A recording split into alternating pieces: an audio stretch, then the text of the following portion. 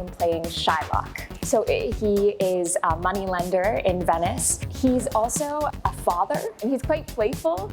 He also has a lot of traumatic events happen to him, and under that pressure, we see some very human responses. There's a really sort of huge character arc throughout the play with Shylock. So I play Jessica in the show, who's the daughter of Shylock, and she's a really interesting character because she's kind of straddled between two worlds. She's been raised as a Hasidic Jew, and she falls in love with Lorenzo, who is a Christian man. And so throughout the show, she's trying to deal with how she can escape what she's been brought up with, but how she can also hold on to parts of herself that she's used to. Lancelot is the clown of the show. He's Shylock's servant.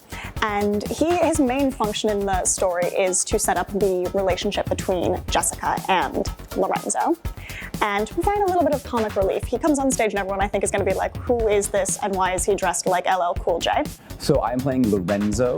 He is a Christian merchant in the city of Venice, and he is in love with Shylock, a Jewish moneylender's daughter. So obviously there is some cultural tension there in that love story. So I play Antonio. So he's a very powerful merchant in Venice, and he enters into a very troubling deal with Shylock in order to obtain a loan to provide for his friend Bassanio. If he defaults on the loan, he has to give up a pound of his flesh.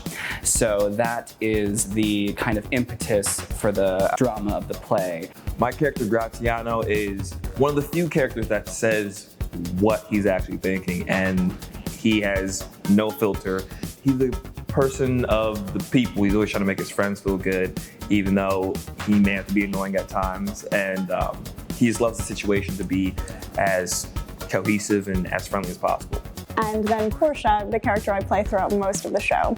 She's wealthy, she is Christian, she's extremely smart, and yet she still harbors this like small bit of otherness in the sense that she's a woman and she's not completely in control of her own destiny. Nerissa is Portia's like first maid lady. They've kind of become like sisters because they've been together for so long. She just gets to be there for all of the craziness that kind of happens in Portia's life. Bassanio is, he's, I would say, the most frivolous. He definitely lives in excess of his own means, and that gets into a lot of trouble. I think Bassanio realizes that he's the reason Antonio is, at risk of his life. He's the reason Shylock then kind of has tables turned on him, and I think he's recognizing it in the moment that without his need to be frivolous and spend and need that loan, none of this would have happened.